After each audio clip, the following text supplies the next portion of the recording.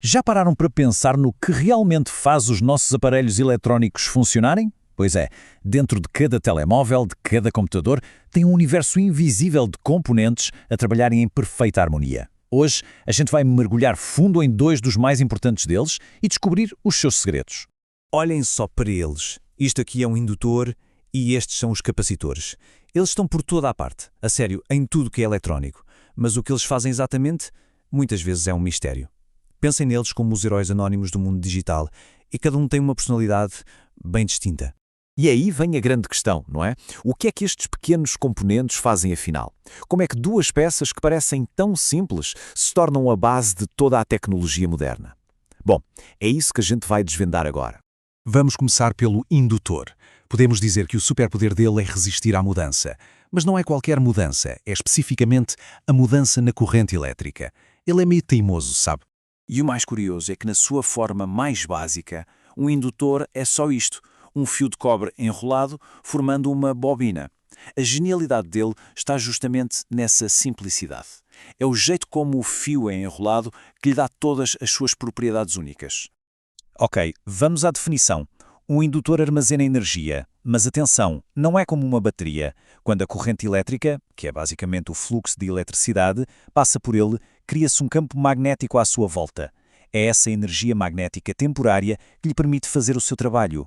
Uma analogia perfeita é pensar num volante de motor, daqueles bem pesados. Custa muito a pô-lo a girar, não é? Mas, depois que ele embala, também custa muito a pará-lo. O indutor faz exatamente a mesma coisa com a corrente elétrica.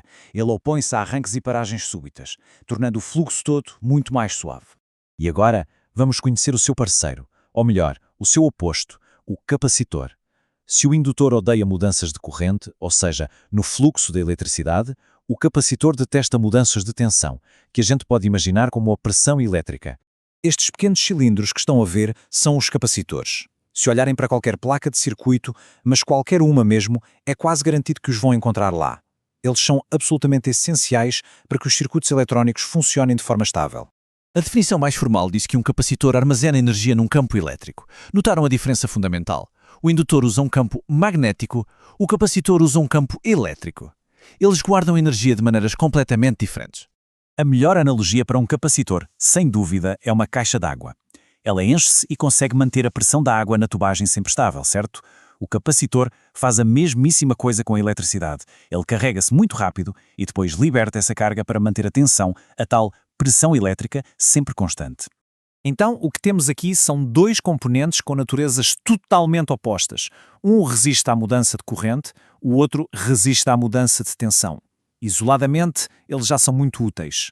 Mas juntos, eles são revolucionários.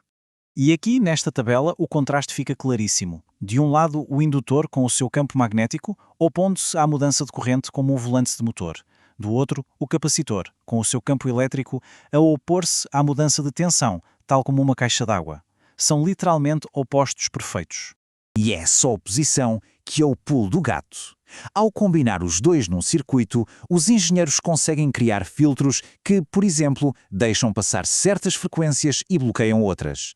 É exatamente assim que um rádio consegue sintonizar uma estação específica ou que um sistema de som separa os graves dos agudos.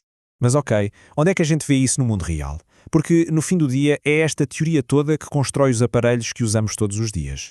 A lista é quase infinita. Nas fontes de alimentação, eles suavizam a energia que vem da tomada. Nos rádios, sintonizam as estações. Nos altifalantes, separam os sons. Basicamente, qualquer aparelho que comunica ou processe sinais depende, e muito, desta dupla dinâmica.